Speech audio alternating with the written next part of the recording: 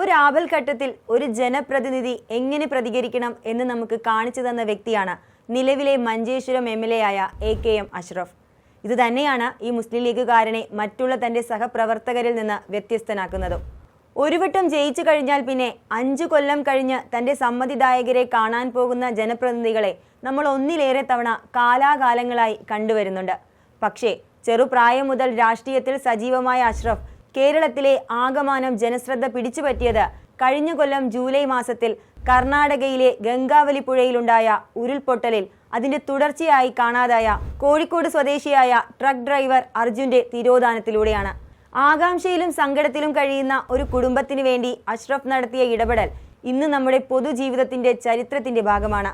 ഇതിൽ ശ്രദ്ധേയമായത് അങ്ങകലെ കോഴിക്കോട് നിന്നുള്ള അർജുനെ ഒരു തരത്തിലും മുൻപരിചയം ഉണ്ടായിരുന്നില്ല എന്നതിലുപരി ആ ചെറുപ്പക്കാരൻ ഈ മഞ്ചേശ്വരം MLAയുടെ ശത്രുപാളയത്തിലുള്ള മാർക്സിസ്റ്റ് പാർട്ടിയുടെ ഒരു അനുയായിയും അതിന്റെ യുവജന സംഘടനയുമായ DYFIയുടെ സജീവ പ്രവർത്തകനായിരുന്നു എന്നുള്ളതുമാണ്. എന്നാൽ അഷ്റഫ് ഇവിടെ നമുക്ക് കാണിച്ചു തന്നത് മലയാളികൾ തമ്മിലുള്ള രാഷ്ട്രീയത്തിന് അതീതമായിട്ടുള്ള ആത്മബന്ധമാണ്.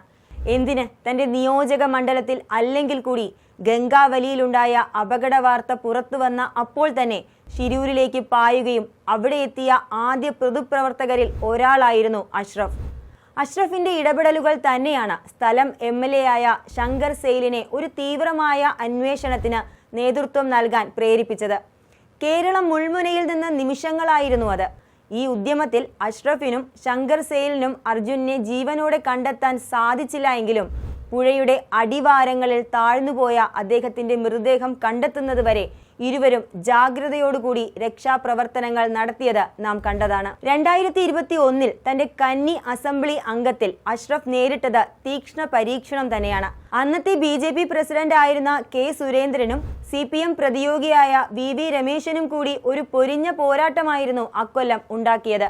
മെയ് 2 നടന്ന കൗണ്ടിംഗ് കേരളത്തിനെ അക്ഷരാർത്ഥത്തിൽ മുൾമുനയിൽ മണിക്കൂറുകളോളം നിർത്തുകയായിരുന്നു.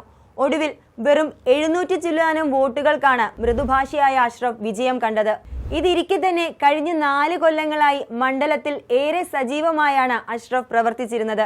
ഇതിലുപരിയാണ് അദ്ദേഹം തന്റെ മനുഷ്യപ്പെറ്റും അനുകമ്പയും അർജുന്റെ തിരച്ചിൽ വേളയിൽ പ്രകടിപ്പിച്ചത്.